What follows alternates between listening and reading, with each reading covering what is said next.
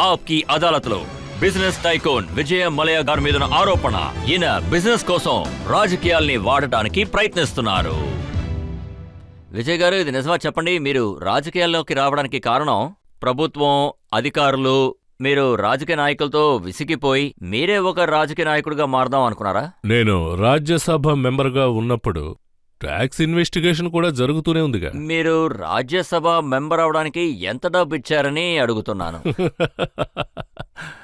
అదేంటంటే నేను బీజేపీలో అఫీషియల్ క్యాండిడేట్ మీద గెలిచాను.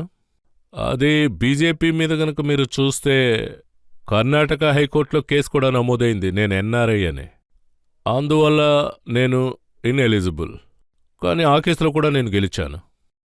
అదేవిధంగా ఆ న్యాయస్థానంలో కూడా తప్పు చేయలేదని బయటకొచ్చాను. మీరు అప్పుడు కూడా అడుగుతారు మీరెంత డబ్బిచ్చారు అని.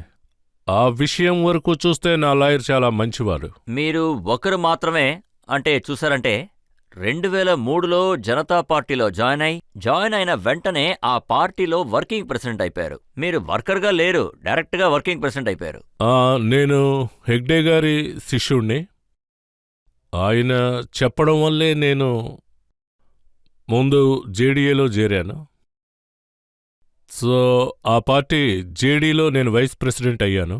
సో జేడీ నుంచి నేను జనతా పార్టీలోకి మారాను హెగ్డే గారు చెప్పడం వల్ల.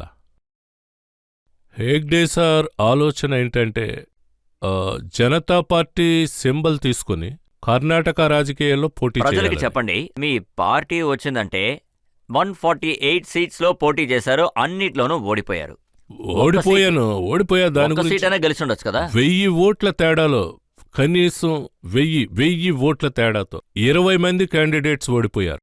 ఒకే సమయంలో 50,000 60,000 ఓట్లు వచ్చినప్పుడు అప్పుడు 1000 ఓట్లనేది మ్యాటర్ కాదు.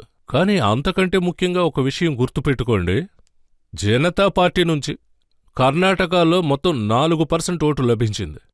దీని గురించి నేను మీకు ఒక విషయం చెప్తాను, అది నేను కష్టపడినందుకు దక్కిన ఫలితం. ఆంధ్రప్రదేశ్లో కాంగ్రెస్ స్వీప్గా ఉన్న సమయంలో 2 సీట్లు గెలుచుకున్నాం కదా. విజయ్ గారు, మన పొలిటికల్ నైబర్హుడ్లో, మన నైబర్హుడ్ పొలిటికల్ హిస్టరీలో, ఏషియా పొలిటికల్ హిస్టరీలో మనం ఇద్దరినే చూసాం. అక్కడ పార్టీని సృష్టించి ఎన్నికల్లో నిలబడి ఒక్క సీటు కూడా గెలవలేదు. ఒకటి విజయ్ మల్య, ఇంకొకటి ఇమ్రాన్ ఖాన్. నాకు సంతోషంగా ఉంది అదేంటంటే నన్ను ఇమ్రాన్ ఖాన్ని కంపేర్ చేసి చెప్పడం. మీరు చెప్పినట్టు అతను కూడా ఒక సెలబ్రిటీయే కదా, అతని లైఫ్ స్టైల్ గురించి కూడా మీడియాలో రాస్తారుగా. సో ఆ విషయం బట్టి చూస్తుంటే ఇలాంటి లైఫ్ స్టైల్ ఉన్న వాళ్ళకి ప్రజలు అసలు ఓట్లు వేయట్లేదు. అవును, ఈ విషయం కూడా నిజమే. కానీ నేను జనతా పార్టీలో జాయిన్ అయ్యాను కదా. ఈ విషయం నిజమా చెప్పండి? ఓటు కోసం మీరు టిప్పు సుల్తాన్ గారి ఖడ్గం కొని దానికి మీరు 1.5 కోటి ఖర్చు పెట్టారు. నేను టిప్పు సుల్తాన్ ఖడ్గాన్ని 1.5 కోటికి ఎలక్షన్స్ కోసం కొనలేదు.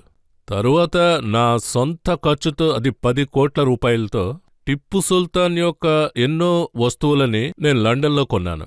అవన్నీ కూడా నా దగ్గరే ఉన్నాయి, బయట ఉంచాను.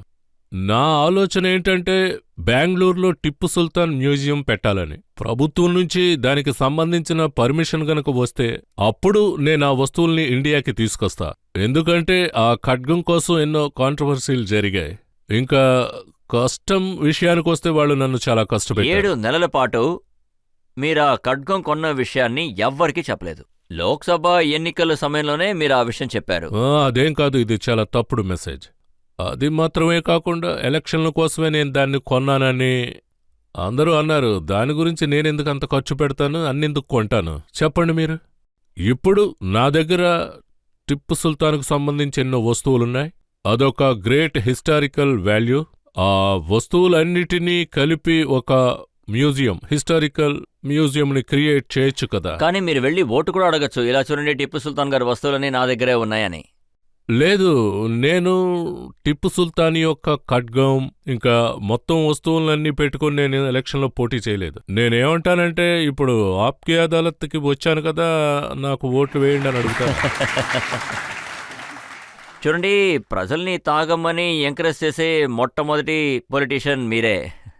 అంటే నేను హిపోక్రెట్ని కాదు. అదేంటంటే నేను లోపల నేను నా ఇంట్లో విస్కీ తాగుతూ అది ప్రజల ముందు పైనాపిల్ జ్యూస్ తాగుతున్నానని చెప్పను కదా. అది నేనెలా చెబుతాను అంటే, నేను లిక్కర్ ఇండస్ట్రీలో ఉన్నాను.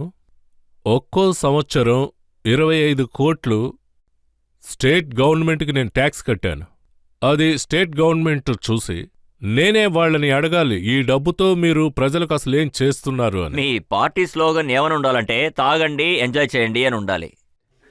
అవును, నా స్లోగన్ కూడా అదే, తాగండి ఎంజాయ్ చేయండి అని. నా స్లోగన్ తాగండి ఎంజాయ్ చేయండి అని. దీన్ని మీరు పార్టీలకి ముడిపెడుతున్నారు. ఇది నాది, నాకు సంబంధించిన విషయం.